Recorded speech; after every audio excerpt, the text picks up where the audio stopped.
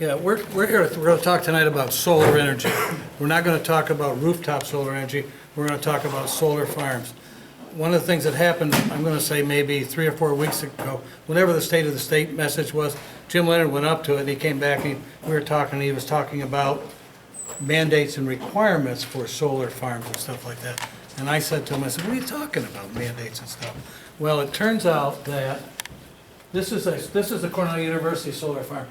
I just put this up because this is what we're talking about. We're talking about big things. This solar farm is up there. Jim and I went up to visit it. This is a wetland that's right in the middle of it, so they just built around the wetland. But one of the things that, this is supposed to advance by doing what? That. One of the things that after talking to Jim, I looked on the internet on January 25th, the Department of Public Service came out with this white paper. And in the introduction to the white paper, it says, Governor Cuomo directed the Department of Public Services to develop a clean energy standard that converts his targets into mandated requirements. So the move towards solar power in New York State, this is the white paper, this is a draft.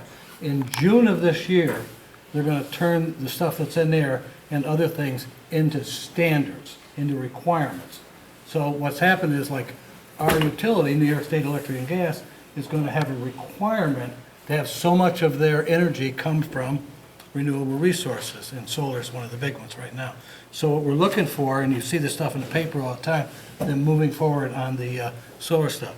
You can actually get this paper from going to the Public Service Commission's website and look at it. And one of the things that I did for you, if you actually want to do that, I printed out a list of the acronyms that are in this thing, so you can actually read it and make sense of it. Otherwise, you're just flipping back and forth all the time. So I got 25 copies up here if anyone's actually interested in doing that, and it's really good reading if you're having trouble sleeping. But there, this is a list of all this stuff. That's this right here. You can just pick this up and take it with you. Now, common terms that are throughout this thing are kilowatt, which is a unit of power. A kilowatt hour is what we see on our electric bill. That's a kilowatt for 1 hour, typically on your monthly electric bill. Now, the next term that you see a lot is megawatts. Megawatts is, once again, energy. Megawatt hours is a unit of power actually delivered, and that's a megawatt for 1 hour. And then you get the gigawatts, which is 1,000 times a megawatt, and the gigawatt hour is for same thing for 1 hour. For a 1 megawatt solar farm, the one that we saw up there just in the picture in the beginning, is 2 megawatts. For a 1 megawatt solar farm to generate 1 gigawatt of electricity, it would have to operate at the nameplate capacity, another new term, nameplate efficiency, 2.4 hours per day, 365 days of the year. Nameplate is when they actually put the solar stuff in, it'll say you have a 2 megawatt facility. That's 2 megawatts DC, direct current. Now, we don't use direct current in the United States, but so it has to be converted to alternating current. Right off the bat, 20% gone. It takes 20% of the power to convert it to AC. So if, in order to get this, well, let me move on to the next slide. Let's see here. Well, this is that same solar farm again. Jim and I happened to drive up there, and you can guess how much power it's generating. Zero. Yeah, right. It's generating next to nothing. This is New York City. How many acres, Bob? That's 10 acres. 10 acres. 10 acres. 10 acre solar farm.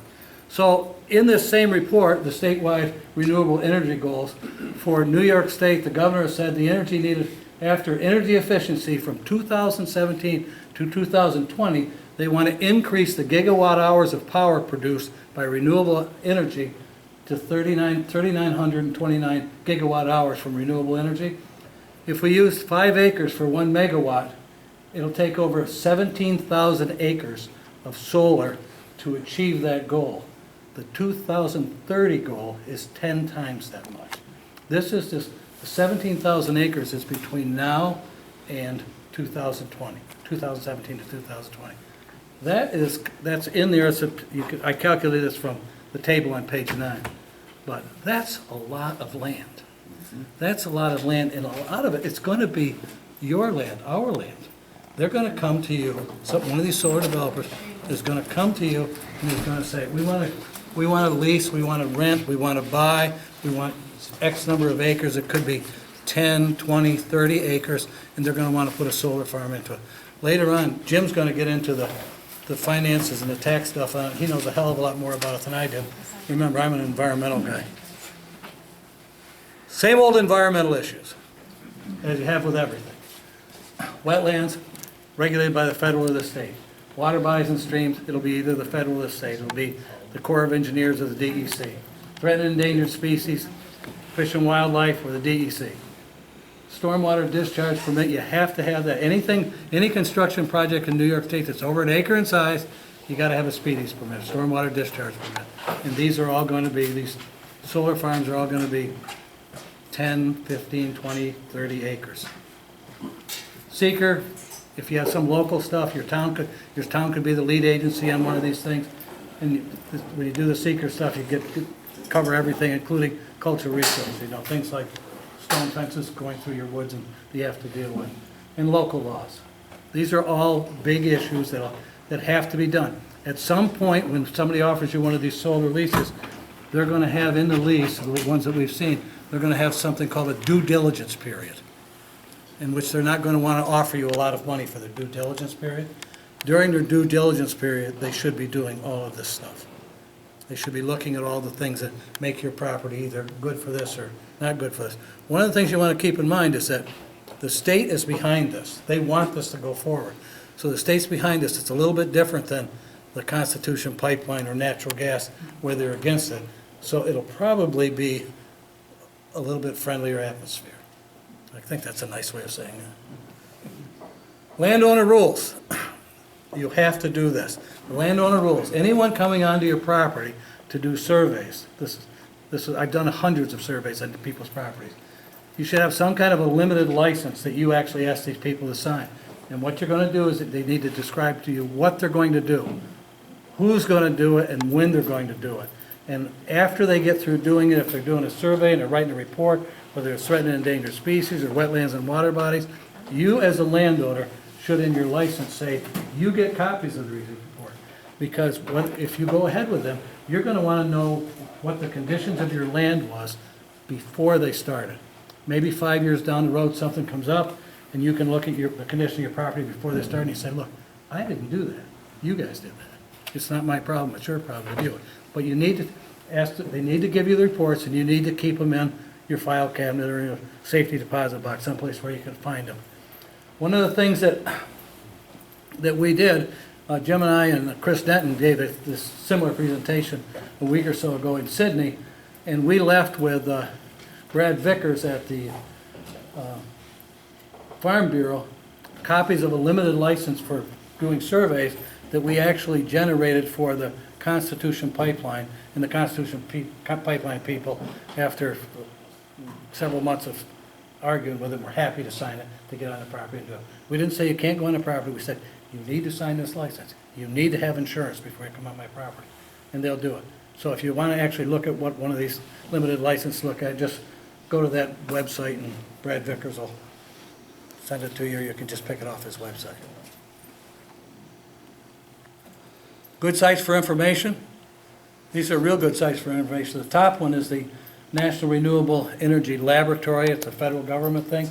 You can actually go on that site, put in your address, put in how big a operation it's going to be, whether it's a 1 megawatt, 2 megawatts, or whatever. And they have all the information on the amount of solar that comes in, the amount of light that comes in, insulation, and they can give you an estimate of the amount of production for where you are that would actually come out over here. Remember, we're in Binghamton, New York. We get 152 overcast days a year. Come on, that's a lot. And when you get an overcast day, you're cutting your power production down by maybe 80%. So we get a lot of those. But this is a pretty good website, the National Renewable Energy Laboratory website. The other ones, of course, are the New York State DEC, and you can go there and they keep you up to date on what's going on with solar. Department of Public Service, this is where I got this one, DPS. It's actually worth looking at. It's kind of interesting because one of the things that we're going to try to do as a landowners group, they're asking for comments and stuff. We'll probably be trying to put together some comments that we send to them, what we think about it. One of the, we're not trying to be anti-solar here. when I say that, I'm not being anti-solar, what I'm trying to do is be pro-landowner. There's a huge difference between that. Solar power is good in a lot of instances, maybe it'll be good for you, but be wary.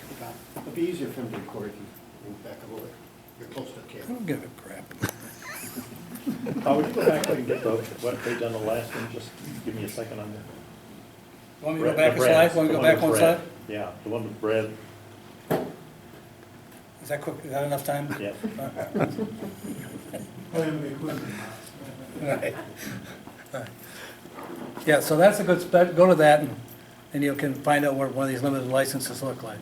And you actually need to do that. You need to be careful when you let people on your land. If somebody just comes walking up, which is what I would do, the very first thing, I'd walk up to Marchie and say, I need to do some surveys on your property. Do you mind and stuff like that? And if Marchie's on his toes, he'll say, no, here's a license for you. Sign this, show me your insurance certificate, and then you can go ahead. But I don't know how many dozens of people's property I've walked up to, and being the pleasant guy that I am, I'd ask them, and they say, sure, yeah, go ahead. And I'd be happy to get out there because I didn't have to do anything. But these are good websites to look at. That'll keep you going. And there's all kinds of stuff. It's coming out every day. I mean, one of the articles that I saw today was our governor saying, Governor Pullman announces 900 solar projects underway through 26 communities. Solarized campaigns across the state. This was came out today, on top of what they've already done. So they're serious about doing this. And they're serious about doing it on some of our land. You know, one of the things, and Jim will maybe elaborate on this anymore, if you're anywhere near a substation of any type, somebody's probably going to contact you because they need a place to hook this stuff up. And the closer you are to the substation, the easier it is. So, Is the state subsidizing these outfits that are putting the solar farms in? absolutely. Absolutely. And Jim will go into that in quite a bit of detail, but Hey, Bob, you mentioned the area that they're talking about, 17,000 acres by 2020. Would you give an idea of how much acreage in total they're talking about? well, about 10 times that much, actually, I said, because when you go up through 2030, they're talking about the 17,000 through 220, they're talking about 170,000, 200,000 acres. You mentioned before, that's the area, all of Tioga County and all of Broome County. Yeah, across the it's interstate. most of Broome County, yeah. Most of Broome. Yeah, right. It'd be just like coming in, let's cover Broome County with solar panels. What's gonna happen, this is a guess on my part, the very same people that were against natural gas and the very same people that are fighting the Constitution pipeline now because they want to fight it because they're saying we can't cut down all these trees. The very same people, as soon as these solar farms start popping up in every place, they're going to be saying the same thing. My God, where's the cumulative impact? And the cumulative impact of putting these solar farms in terms of cutting down trees, and we all know that trees are important because they sequester the carbon dioxide out of the atmosphere. The very same people are going to say, oh my God, we didn't really realize that you were talking about cutting down tens of thousands of acres of these trees. Because you just drive around our area here, and it's pretty simple. It's either covered with trees, or it's fairly good farmland. So it's not like we've got tons of open fields around here.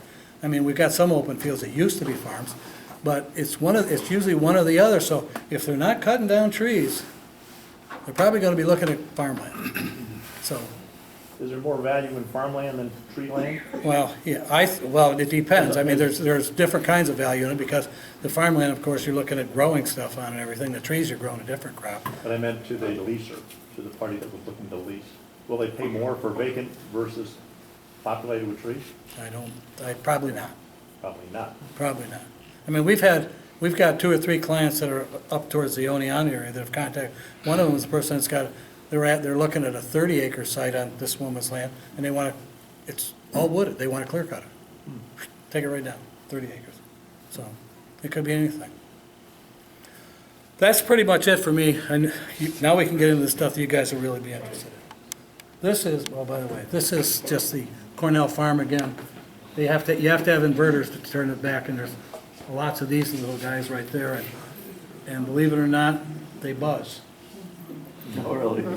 They have a nice little buzz to them, and I know from dealing with people on compressor stations and things like that, if you're not making money on this, like if your neighbor's got the solar farm, and you're not making money on it, you're gonna complain because that buzz is driving you crazy. Worse than a substation? Worse than a substation? Probably about the same. Yeah, about the same, yeah. So, I was listening to something in Sullivan County recently, and the director of real property said that 6,500 landowners in Sullivan County have received letters from Cypress Creek Renewables. 6,500. And if you know anything about this company, Cypress Creek Renewables, right? They're sending out these leases that are worse than basically the worst oil and gas lease that we saw. And their willingness to negotiate with you is about the same, pretty much. A lot of the things that we're hearing are the same things that we heard when landmen were coming in, right? Look, if you don't sign this soon, you're gonna miss an opportunity. Well, by the way, you don't need an attorney, because we're not gonna make many changes anyways. And what kind of harm is there with solar, right? There's really no concerns whatsoever.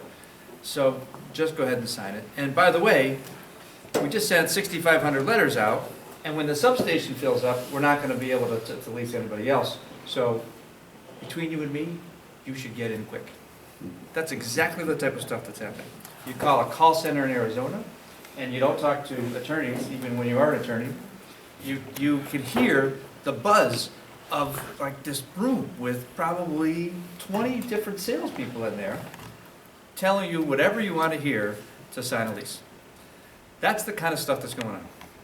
The Cypress Creek lease that we're seeing right now, it's offering $250, not an acre, but $250 for the first 6 months of the due diligence period. And that's the period that Bob was talking about, when they've got to check their permits, make sure that everything is going to be okay, and that the site is suitable for them.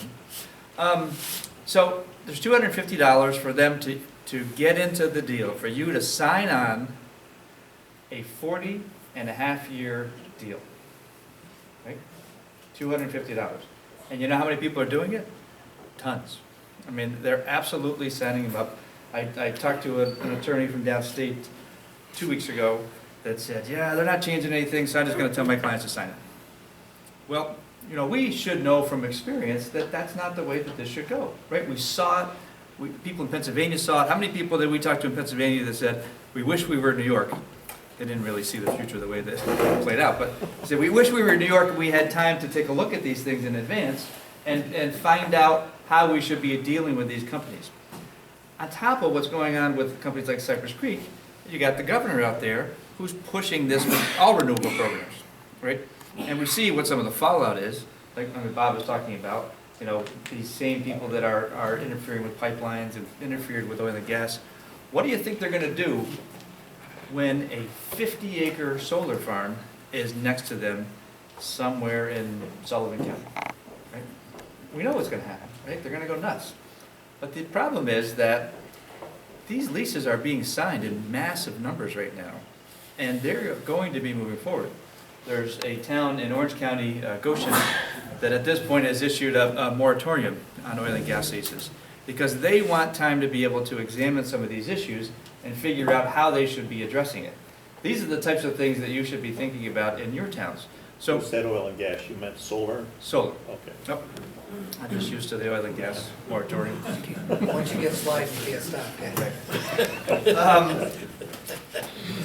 So they've got a moratorium on solar farm in Goshen right now. And they're looking at the issues, trying to figure out how should we be addressing this.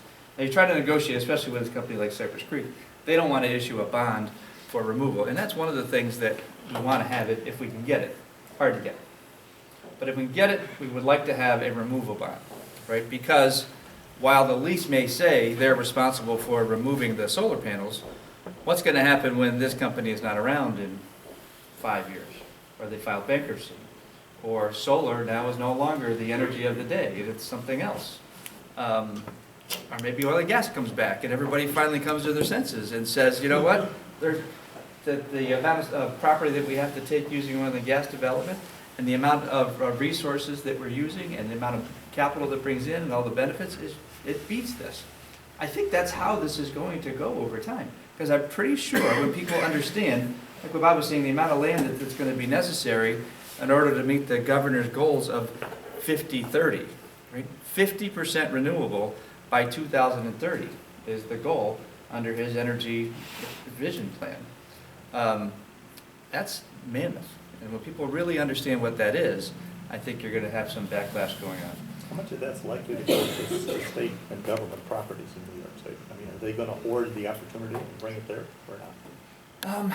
I don't think so. I mean, because like this company sees this gigantic opportunity. State subsidies, federal subsidies extended, opportunities to make a lot of money.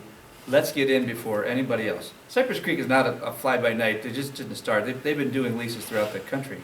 But they see this opportunity here, and they think, wow, let's get in on this before anybody else does, right?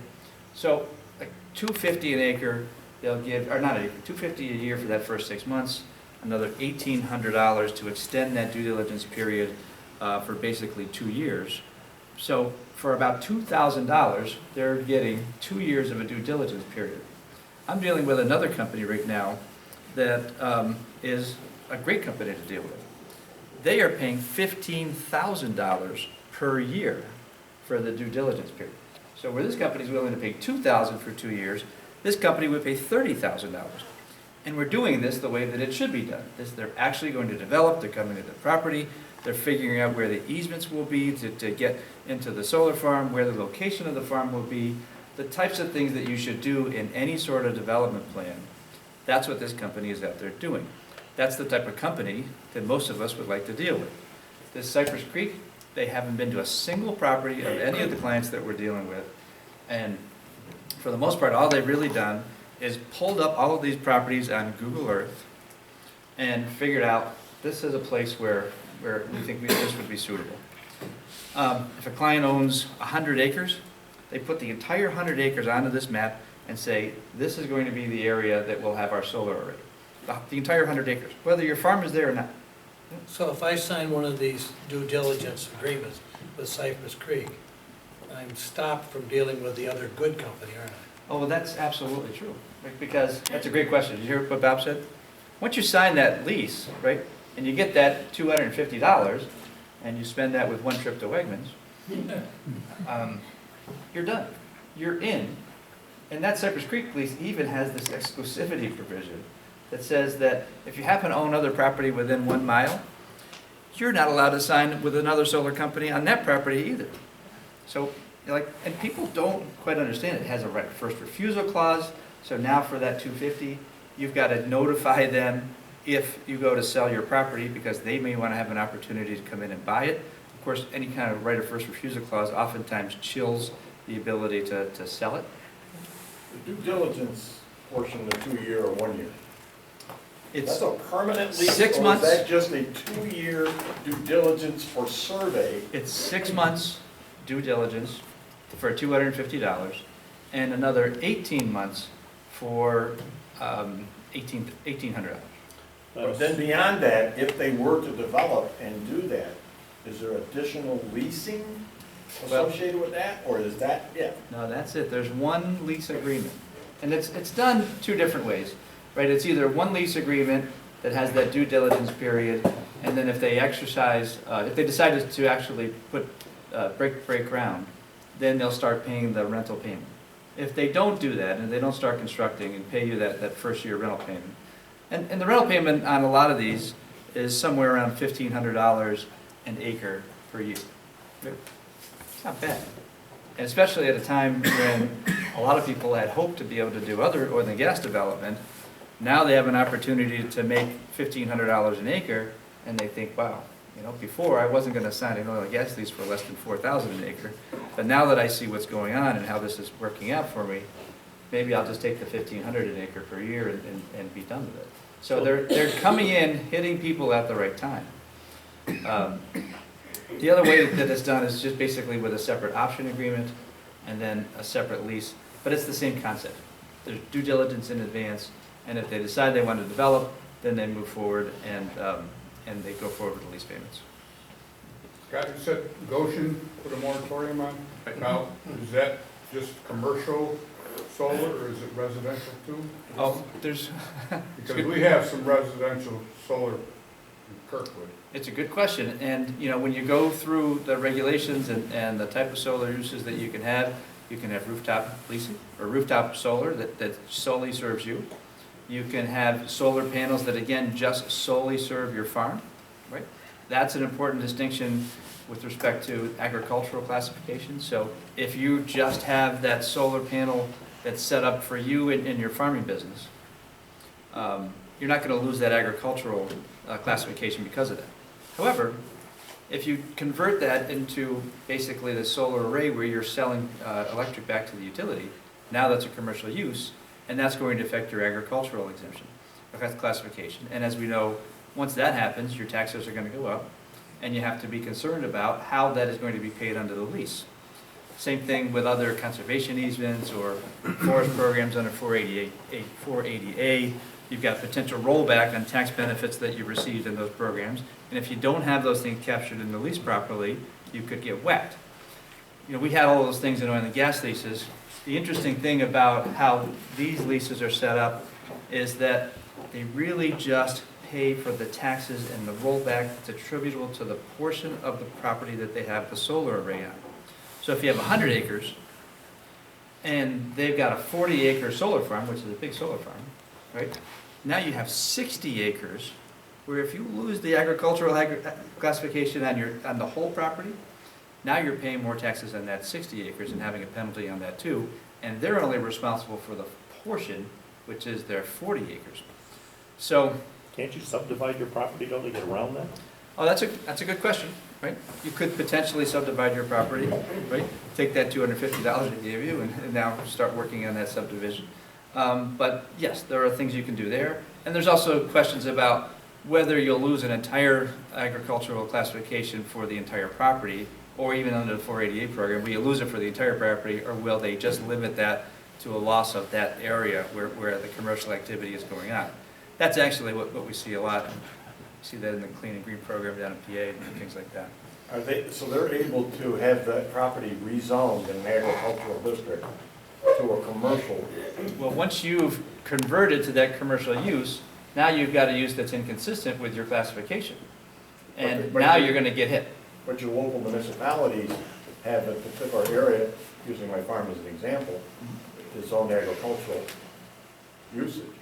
It would have to be rezoned for commercial, putting it into a tax consequence. Oh, I see what you're saying, because you're not zoned for that. Correct. And secondly, they don't typically do spot zoning, meaning business, commercial, residential in a mix. It's usually based on geographics and roads and so forth.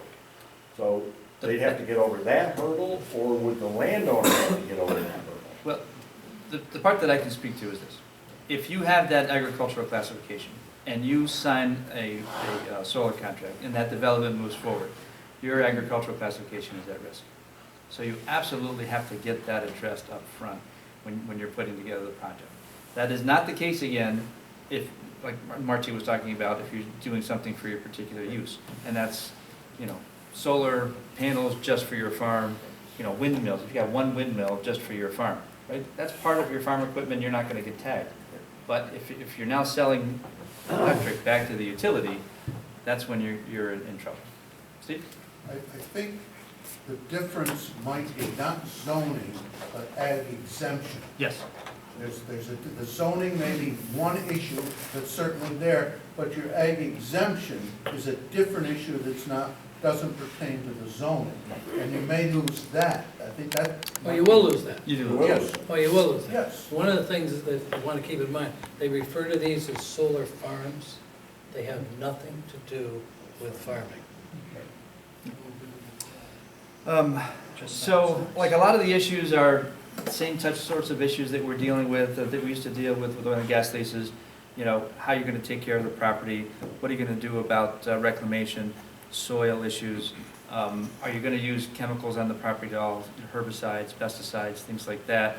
And again, going back to the Cypress Creek example, you know, they are out there telling everybody that they're dealing with just about that they don't use any chemicals on their projects.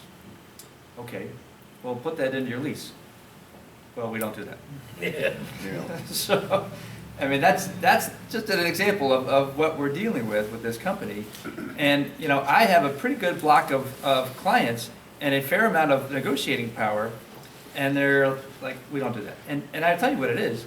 It's a salesperson in this call center just saying whatever they need to say in order to get the deal done. And when it goes back upstairs to the people that are running the company, they're rejecting those things. So you really have to be careful about it. I had somebody who said, well, I don't use the property for anything.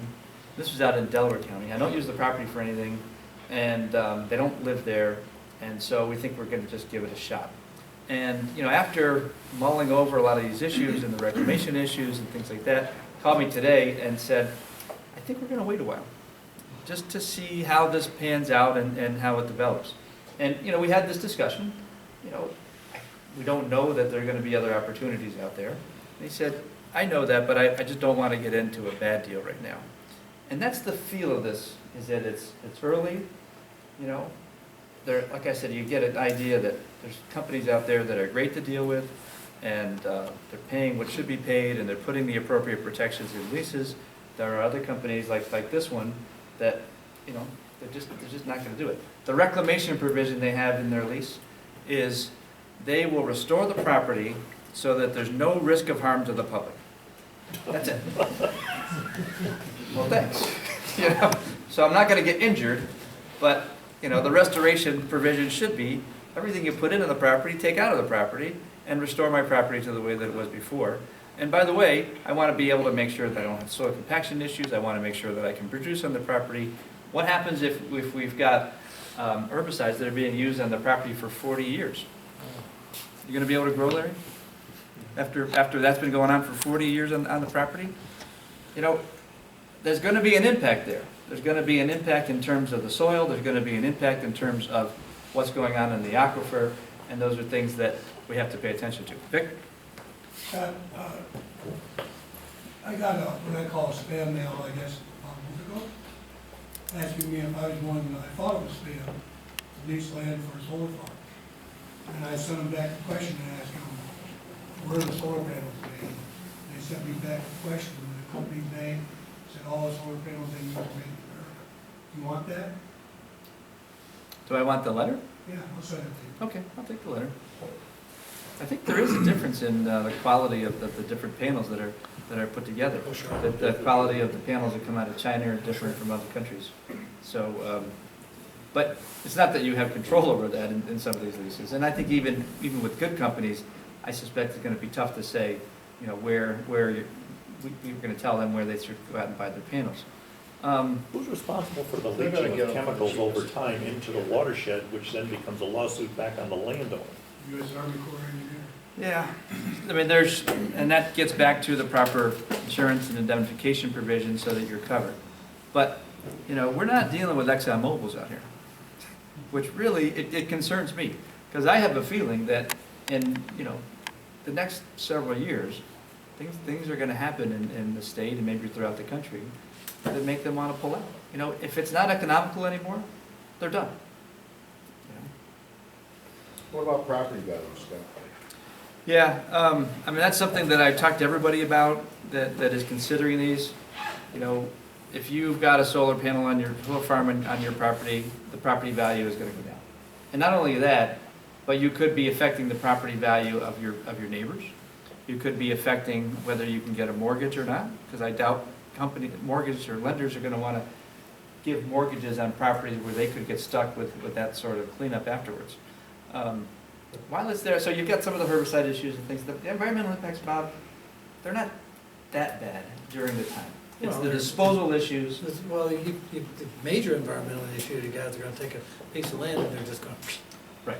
and they're gonna do that. One of the, just a quick little anecdote, at Cornell University solar farm, to not use herbicides and stuff on it, and they didn't wanna mow, because when they mow, their mower contributes 150 pounds of carbon dioxide for every hour that it's run. So what they did instead is in the summertime, to keep the grass and everything down, they put sheep in there, okay? To graze, they put sheep in there, they put 40 sheep in.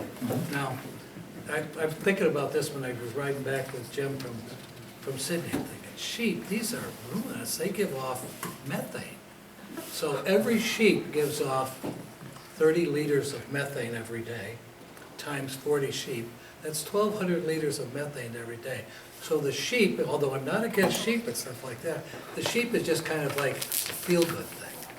I mean, it doesn't really solve the emissions problem at all. It's just a feel-good thing. Going back to this removal bond issue, so if you can't get it in your lease, and oftentimes it's gonna be tough, what you hope is that your town has got zoning ordinances in place.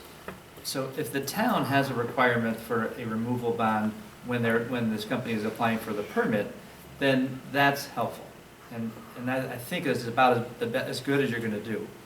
But I'm telling people that if that's not the case, there's no requirement at the town to have a removal bond, and nothing that can be obtained in a lease, you're at risk. And this is, to me, the big part of the environmental risk with solar is what do you do with the disposal? Right? Where does all that stuff go?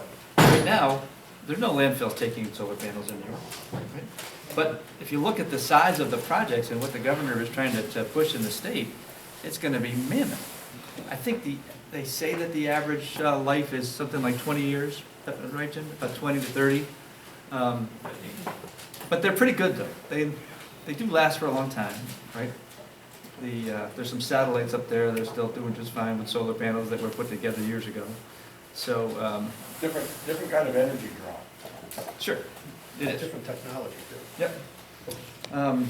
So anyways, on that town issue, and for those of you who are working on comprehensive plans, think about this issue as well, right? What's your comprehensive plan going to say with respect to all renewables? There's some really nice renewable energy plans that are out there among a bunch of different towns. I was looking at one in New Hartford, and they've covered everything. They've covered all of the issues. They've covered, well, they have covered oil and gas, but on all the renewable issues, they've covered wind and solar and personal use and sales back to utilities, rooftop. All of those potential issues are covered in there, and they've got different requirements for all of them. But those are the types of things that, for people that are working on comprehensive plans, that they should be taking a look at now. Like town of Shenango, they said we are open to wind and solar, but they didn't put any specifics in there, right? And they certainly don't have bonding requirements. So, had another issue. It's a house plate.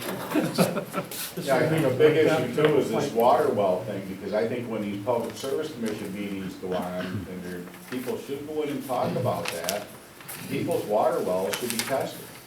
And there should be testing before, testing afterwards, to make sure these chemicals aren't gonna be getting into your neighbor's water, because nobody's gonna wanna see that. The old wells aren't cemented. New wells are cemented now, but the old ones weren't. So you're using that amount of chemicals on a site all the time for how many years? Chances are it's gonna get into the aquifers, it's gonna be a problem. The issue, of course, that all of us are concerned with is, how are they going to handle the mineral right issues on these solar leases? So, for the most part, they're willing to mention it. And the major concern that the companies have are the structural support, the subsurface support for their project, right? They don't want to lose, they don't want you doing something on the subsurface that's going to make their surface project collapse. So, to me, that's understandable. I mean, I've negotiated provisions that say, look, we're not going to have any operations from the surface down to 500 feet. And that has been acceptable to some of the better companies that are out there doing that. And then they will say, any recovery or development of the oil and gas throughout any part of your property is fine. That's what you're looking for. This Cypress Creek Renewables lease says that the oil, gas, and minerals are yours. They're not theirs. But then they have sole discretion to decide whether you can develop your oil and gas and minerals. So you don't want that sole discretion to be in their hands. You want it to be in yours. So that's key. There's even this section, because that lease deals with what might happen with other investors that come in and invest in these projects. And if you put together a couple of these sections, I think it says that that investor has the ability to decide that you can't sell your property. And that one is you've got to put these two sections together, but when you do, when you put together this assignment provision that says that any buyer of the property has to assume a lease, and then the ability of an investor to approve that assumption, again, sole discretion type of thing, not even under can't be reasonably denied type of language, it's pretty dangerous. So those are the types of things that we're seeing out there. Scott? Yep. Is eminent domain going to figure into this equation somewhere? Yes, It does in some respects. It does for the power lines, yes. right? But keep in mind that at least with respect to your property, you're entering into a written agreement that says you can do all these things, right? It's more like the laser deal, like a lot of the pipelines, right? You don't have to go through eminent domain if you sign it over. So I think in that respect, you're not going to see it. Whether you'll see companies out there condemning properties through the power of eminent domain, that might be a hard stretch. It's the transmission line issue that I think will be big. And right now, there is not enough transmission. I mean, there wasn't enough transmission line a couple of years ago when they were working on that transmission line that was coming down from Madison County through New York, and that got killed. So now that we're generating all this electric through solar, you've got to build up that transmission line infrastructure. So that's the next part that's coming. But also, let's not forget that just a few years ago, Cuomo signed the bills and the laws that allowed these projects to proceed with minimal review. Remember that? Yes. And So he'll have the power to force these things through. yeah, it's interesting. I was talking to somebody today who said that this is where they want to go. Solar is definitely the governor's favorite, but they're not quite ready for a lot of the issues that are out there. And they're certainly not ready for the companies like Cypress Creek who are going to be taking advantage, I think, of landowners that are there. And they just haven't thought something through. Jim's going to talk some about tax consequences and things like that, and that's another important aspect of these issues. So we'll let him do that. Now, down in Sullivan County, where somebody contacted 6,500 landowners, is anybody being reactive and getting the coalitions formed up, fired up?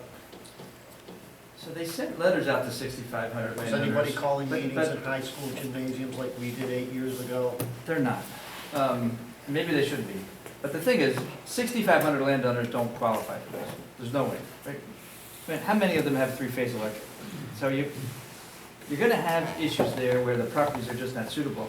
The thing about this Cypress Creek What is renewables is that they've just blanketed the area because they can do it for $250. So they lock up landowners for $250, and once they then go out to the property and start looking at it, then they'll make some decisions about, all right, this one is suitable to us, then we can go ahead and pay them the additional $1,800 and get our full 2 years of due diligence. The fact that they've contacted 6,500 landowners and are doing what they're doing, the way they're doing it, is a great way to make it backfire on them, because now you've got a lot of people that you can get into a gymnasium, tell them exactly what you tell them, and get them fired up, and then it becomes a public issue.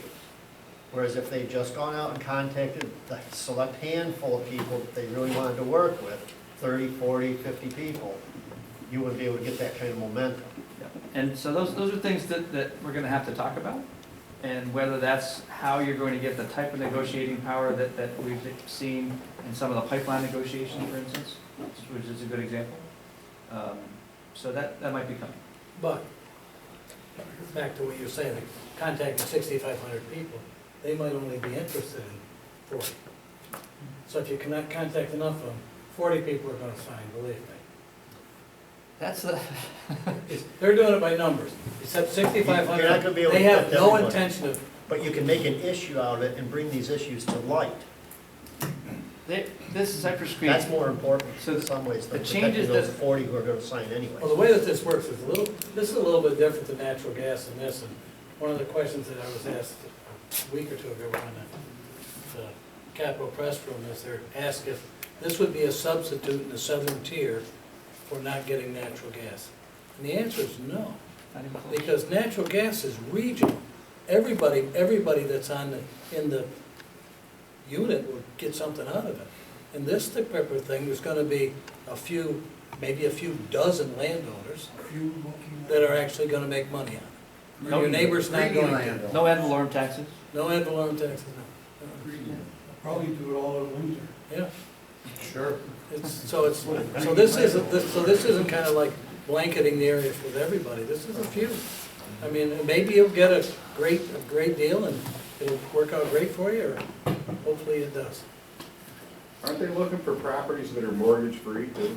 Oh, yes. Where people own them outright? Every deal I have is without a mortgage. And it just happened to hit me at one point, because I always ask that question, you know, what do you have that affects your property? And everybody was saying, we don't have a mortgage. And finally, I'm realizing that's what they're targeting.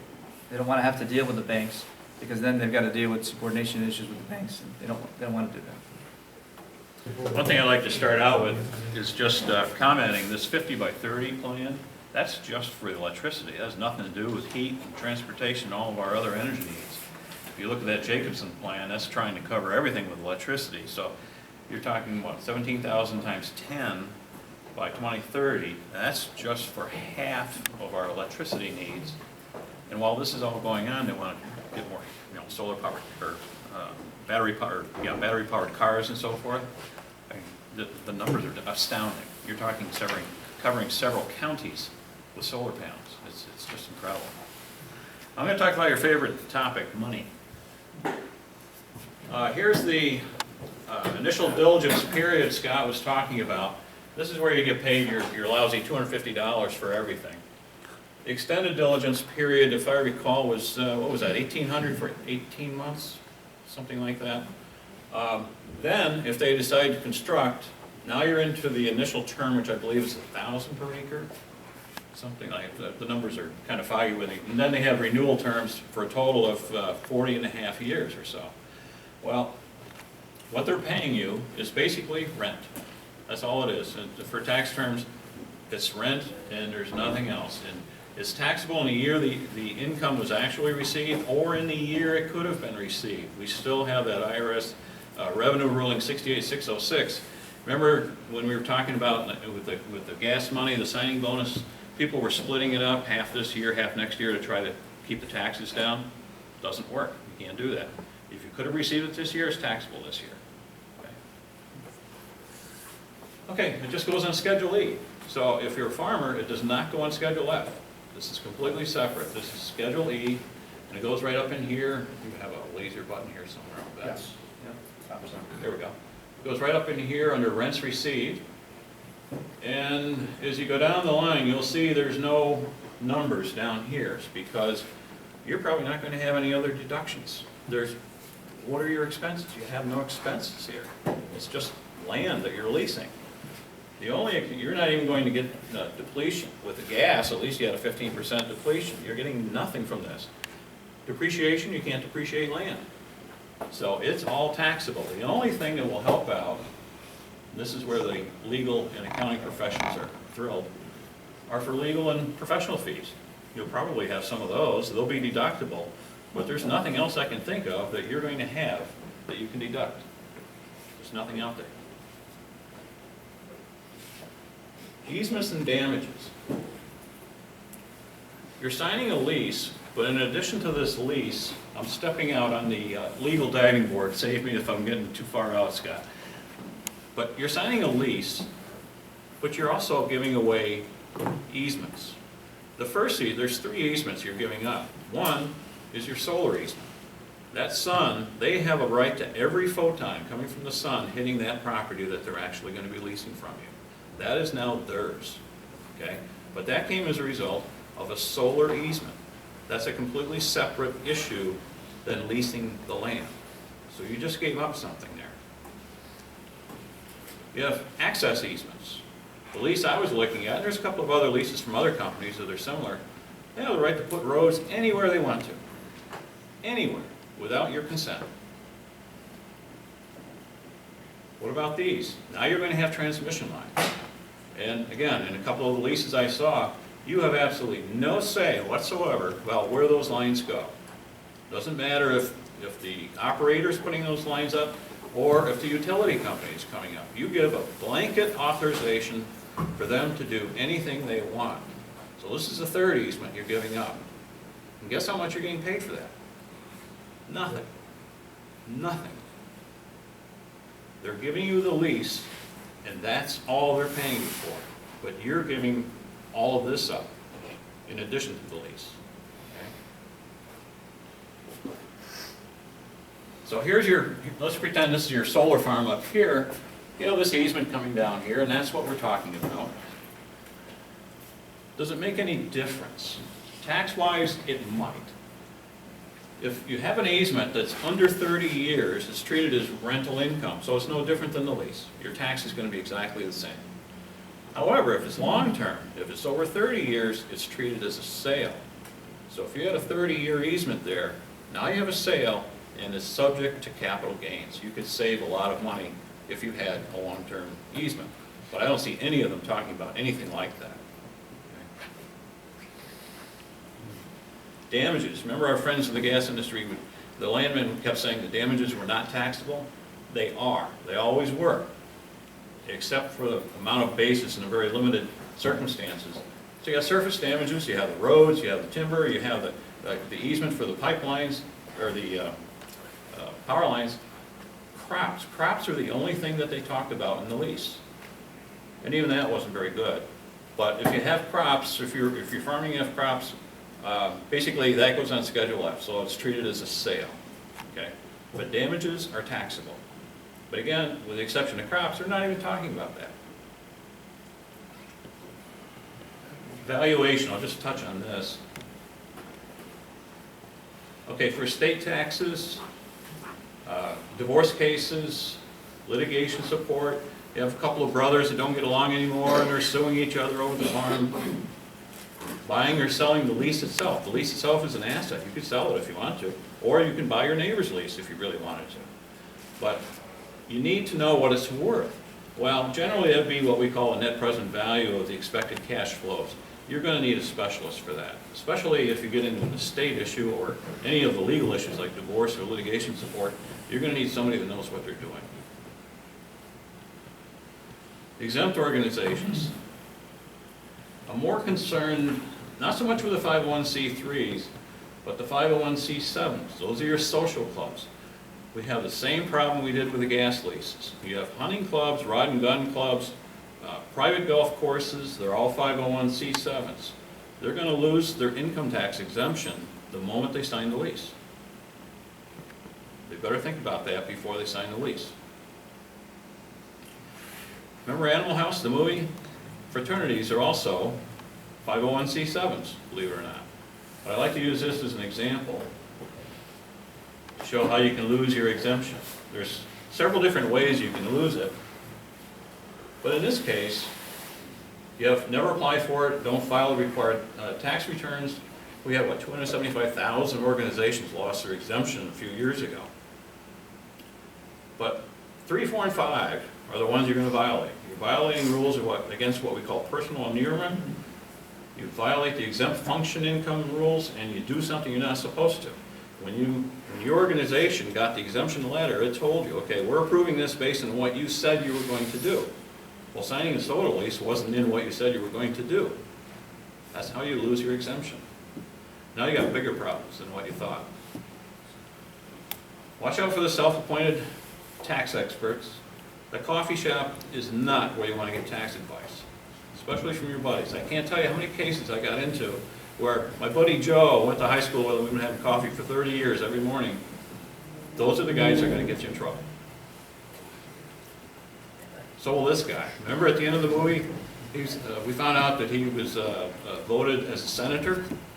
That might explain some of the problems we're trying to deal with right now. Anyways, here's the solar farm Bob was talking about. And while I have this picture, same pictures they had up before, you notice how they're low to the ground and how they're pretty flat. They're not exactly, the panels aren't lined up directly with the sun. And there's two reasons for that. One is they want to keep it low to the ground for water runoff. It's like if you have a roof without an eave on it, you know how it washes and it leaves a little trough in there? Well, it's going to wash away a lot of soil. That's going to be a problem you got to deal with a stormwater permit. The other thing is wind. They want to keep it down low so the wind doesn't get trapped underneath the panels and lifts them up. Here's the same pictures we have. Now, this was interesting. The day we were there, me see if I can find my chart here.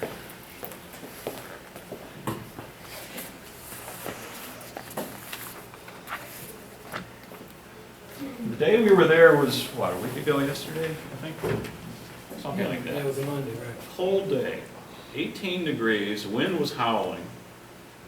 We were there, and we were curious how much electricity this thing was generating. It was generating, according to this little chart, you can go on NYSERDA, you can download this, I get the information uploaded every day. A grand total of 55 kilowatts. 55 kilowatts. The capacity of this thing is 2,000 kilowatts. So it was just a tiny, tiny fraction. This was at high noon, on a day when you probably needed that electricity the most, if you were using electricity to heat your home.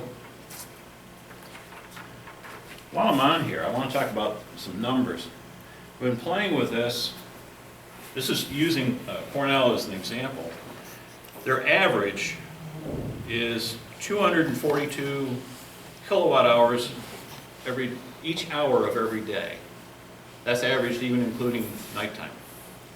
So if I did the math, the wholesale price in NYSO, so we're covering the New York City area, is roughly 75 bucks a megawatt. So if you are owning this thing, you're only going to get 75 bucks per megawatt. So the total income per year is about 160,000 bucks. That's total income you have to work with. It cost them $4 million to build this. If you took it out over 15 years, which is about as far out as any bank is going to lend for a commercial project, without interest, zero interest, you need to come up with $267,000 per year. You got a project that's in deep trouble before it even starts. And here's another example. Remember last year how much snow we had? You see how much electricity was generated for the entire month? Nothing. Virtually nothing.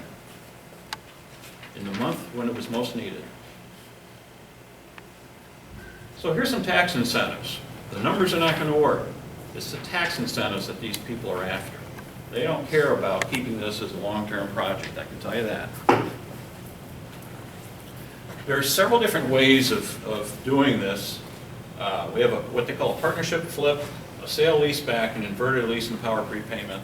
We don't need to get into all the technical stuff. It's pretty sophisticated stuff, but the easiest way of explaining it is you have a tax equity investor, and here's the operator. Here's the guy, Cypress, who's signing everybody up.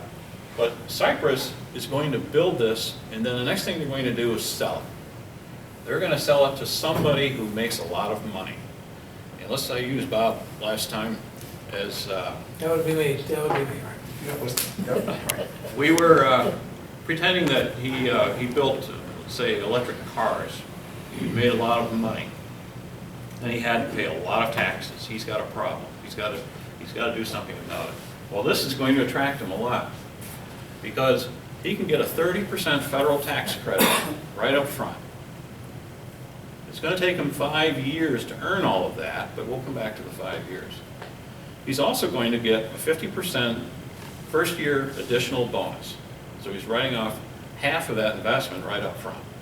The rest of it he's going to be writing off with makers. So in 7 years, the thing will be completely written off. Plus, if I'm the developer, I'm selling electricity, but I'm taking that money and I'm paying him because I leased it back from him. So now he's got all that money coming in too. And when he's ready, he's going to sell it back to me. So he's got lots of incentive here. It's this guy here who's doing very well. That's what this whole deal is we're talking about tonight. Is this guy. He's the one who's making money. The operator is barely surviving. And the landowner, he's not going to get wealthy from this. So we have something called SRECs. This is where the state comes in. And I don't know if I have a map. No? Oh, there was a map I wanted to put in here. But basically, when a state comes up with a target, a specific target, which Cuomo just did, he took these targets and he mandated them. Well, now, what this white paper is, he's directed the PSC staff to come up with specific goals for each type of renewable energy. One of those is going to be solar. So now we have a specific goal that must be met. So the operators now have a target, the utilities, they have a target they have to meet. They either have to go out and build their own renewable plants, however they do that, or pay a penalty, or they can buy these SRECs. So I'm the operator now. This is where I'm trying to make some money, not Bob, but I'm trying to get it because I'm the operator. For every megawatt hour of solar electricity that I sell, I'll get that money from the utility. If I'm lucky, it might be as much as $75 a megawatt. But there's a separate game going on, and that's I get to sell these SRECs to the utilities, okay? That's how they're gonna meet their goals. They're gonna take credit for the project that I put together. That's how they're going to be happy and keep the state happy. So it gets a little confusing, but that's income I'm counting on. I just showed you there's no way I can afford the payment on the loan even without any interest. How much money in SRACs is that Cornell project going to generate in a few years? Not a lot. Bob had a paper on that, he was showing, he said it was something in a few years, $2.some billion. No, that was for the project that Rutgers did. No, Rutgers. Yeah. Rutgers, yeah, they had, Was that? yeah, Rutgers had one where they were selling about $230,000 worth of power a year, Yeah. but their SRECs were worth $1.4 million. The numbers are astounding. And that's, who's going to pay for that is going to be the rate payers, Exactly. us. Exactly. People that pay their electric bills. Exactly. These SRECs, I'll give you an idea.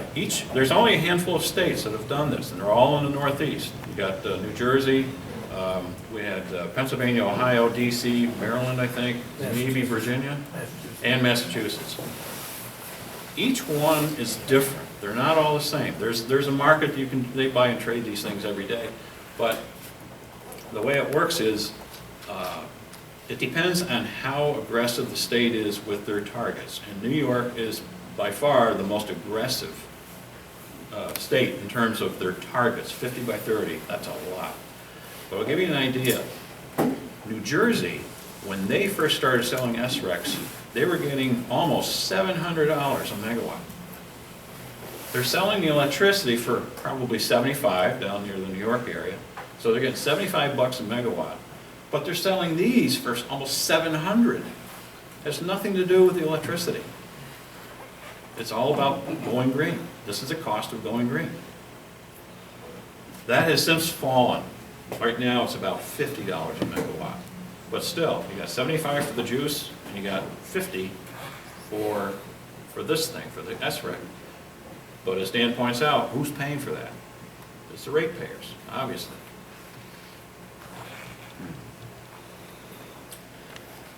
This is a scary one. Maybe Scott can help me out on this one. This is the 15-year tax exemption. When these guys come in, let's pretend I'm the developer again. Right now, the state has automatically exempted solar farms from property taxes. Off the bat, it's automatic, 15 years. However, the towns and school districts can elect to opt out of that. So it's up to them. Well, if they opt out, obviously that's going to be a factor in whether the solar farms even come into that particular community. They also can do a pilot instead of the opt-out. But here's the scary part.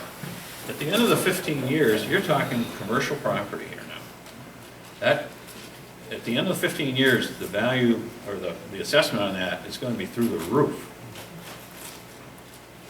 Let me get to a couple of points about where I think the developers are going to go with this. I think they're just going to walk from these properties.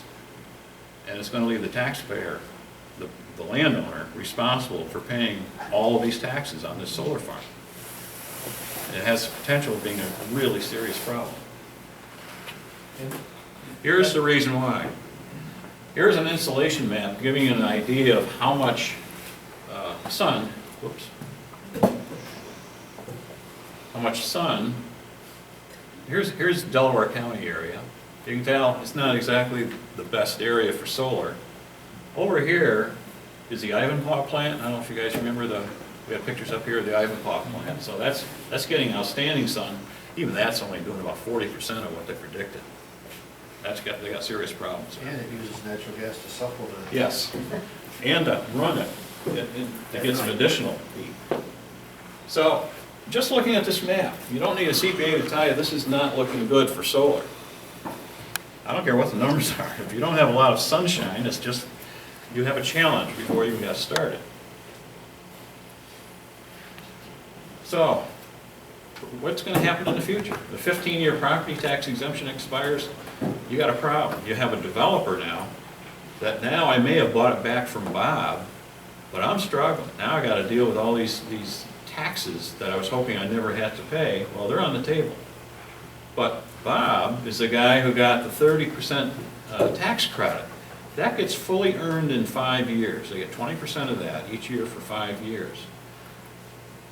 After 5 years, Bob, he's got just about everything he's ever going to get out of this thing. He's going to want to walk and sell the facility back to me. So he's clean. He's got his money. He's gone. He's out of the picture. So I'm stuck worrying about the tax exemption coming down the road.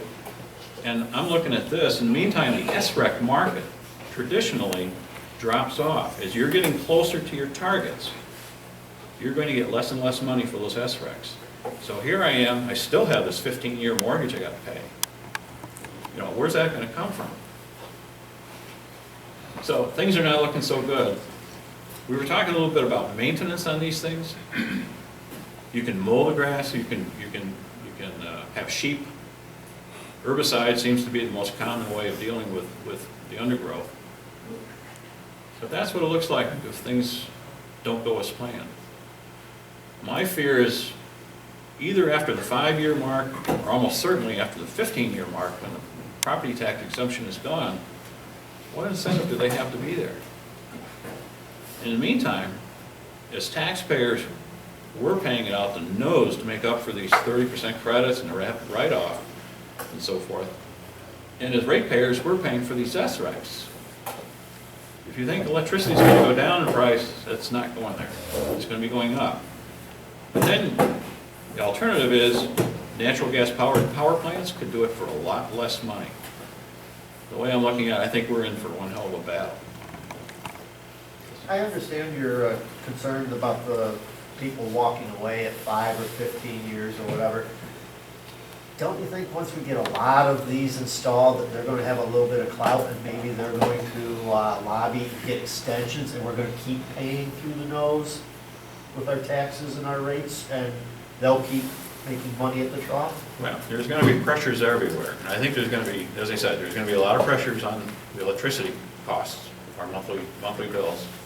I'm sure there's going to be some political arm twisting to, extend the credits. And the 30% credit was extended until the end of 2019, and then it gradually gets phased out. They did it once, I'm sure they could do it again. Yes, Scott. So to that question, Nevada, who has a lot of solar, they just repealed their exemption. So they decided they don't want to continue the subsidies, that the programs are sufficient, and they don't need any more development for solar. So that's the type of thing that could happen. Yeah. And I think there's going to be pressure on the 50 by 30 plan too, over time. Yes, Dan. One of the things that we've seen when we talk about using natural gas to create the electricity, because something has to be there when the sun's not shining to create the electricity. And what we've seen that the antis have actually been talking about is bio plants. That's clean, it's supposedly green, it's sustainable. They don't want to use fossil fuels. They even mentioned they want to eliminate fossil fuels in New York State in 15 years. But these bio plants, one that Bob found on the internet, I think it was in New Jersey, wasn't it? Covering a 50-mile grid, burns 2,000 hardwood trees a day. And they have to run 24/7. Another concern is, and this was a show that I actually saw on Al Jazeera, believe it or not, so it was about garbage being taken care of in New York City. They have a major issue. They used to be able to take it out of the ocean, They can't anymore, so they're having to ship it as far as South Carolina to get rid of it. And they're looking for incinerators. What better place to do than in a bio plant to also burn the New York City garbage? This would be a great out for Como, but it's a really bad thing for all of us, because that's gonna be our area. And that's a real concern we should all have, because that, I can see that coming right down the road. I think we're in for an ugly ride. Yeah. Different laws. Who else have you shown this presentation to, other than? We only did the one at Sydney, Farm, Shenango County Farm. yeah, Shenango County Farm Bill. Let's show it to Cole. Yes, sir. When they move out, they have these concrete pillars. Can you talk about that? 40 acres of huge tombstones? And we've seen, maybe, I don't know if you can address this, but I've seen all different shapes and sizes. It's not like they're using one standard format. Some of them might be posts that are driven down. Some of them we've seen are just huge concrete blocks that are just sitting there. So if they're just sitting there, I don't know, maybe it's easy to remove them, but I don't know. You know anything more about it? No, they got a mess to clean up. Yeah. I mean, one of the plants that I actually saw, went to look at, was down in southern New Jersey, in Piles Grove. It's a huge plant. It's like 200 acres. And they actually have concrete foundations in the ground. And one of their public stuff is that once we're done with this, we can turn it back to farmland. Those of you that are familiar with southern New Jersey is farmland. I mean, it's real farmland now, it's beautiful. But you got 100 and 200 acres of concrete foundations in the ground, no one's pulling those out. As far as disposal, the panels themselves are made with silica, which is interesting. It's basically a silica. They start with purified silica. From silica quartz, it's the same stuff they use for profits. But, so you got the antis running around, oh my God, you can't have this stuff because, it's carcinogenic. And the MSDS sheet does say that it's carcinogenic, but they're using the very same stuff for these panels. But they are covered with a layer of tempered glass, and that is designed purposely to withstand at least your average hailstone storm. There are some other exotic metals in there, not a lot, but yeah, Tom. I was very interested after I saw the topic for the meeting, and I went Googling to find out, what kind of components went into the solar panels, and discovered a lot of metals, gallium, arsenium, iridium, and arsenium. Both are arsenic compounds that are used to coat two different metals, gallium and iridium. It's poisonous. I'm sorry. Arsenic in sufficient quantity is a killer. And then I also saw some articles indicating that lead was part of the process of manufacturing these solar panels.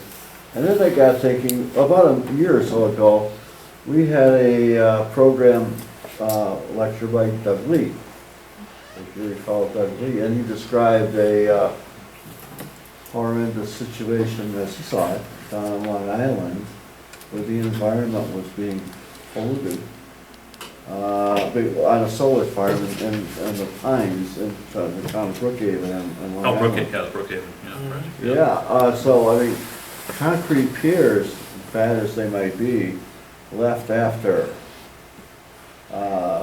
the boys were all done grabbing their money, would be nothing compared to arsenic poisoning, lead poisoning. Right. The property has what value after You've that? been using herbicides for 20 years at least. You got herbicides, you got arsenic, you got lead, you got a brownfield. Right. And Other than that, we're green. And you got brown instead of green, and you got a liability. Yeah. The Brookhaven plant that we just mentioned down in Long Island, kind of an interesting thing, and it gives you a pretty good example of how things happen when it's private enterprise versus something that your government is actually behind.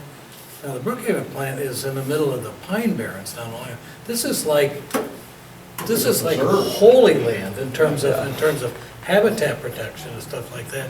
If you as a private individual had a plan and you wanted to put something in the Pine Barrens, either on Long Island or in New Jersey or up by Albany, you might just as well kiss that project goodbye. It will never happen. But if the federal government, which is, it's a federal project down there, decides they want to do it, things move a lot smoother. And this is what's going to happen in New York State. I mean, as much as they were against natural gas development, they're for.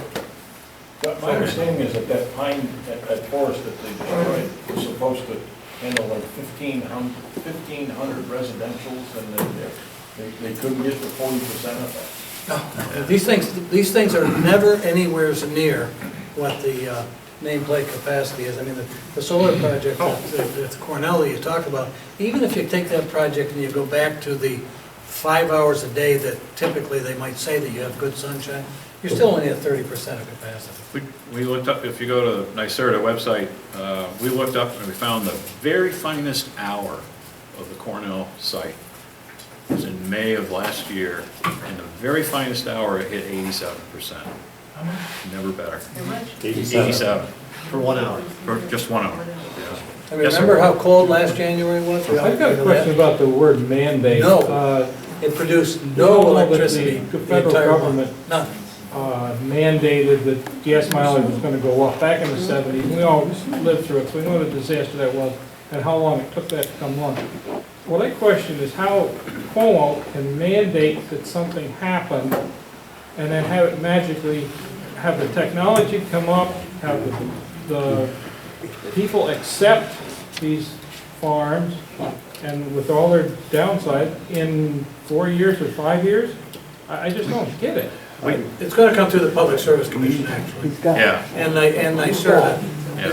The white paper, the white paper's their goals and the direction to mandate it. And it'll happen in June. We don't have SRECs in New York State. We talked about the value of the SRECs. We don't have them in New York State yet. I'm guessing in June we're going to. Yeah. I'm thinking we gotta go, we're probably gonna have to spend 5 years at this thing and dealing with all the visuals and the impacts and the electricity costs going through the roof. We're already the highest in the nation. I know.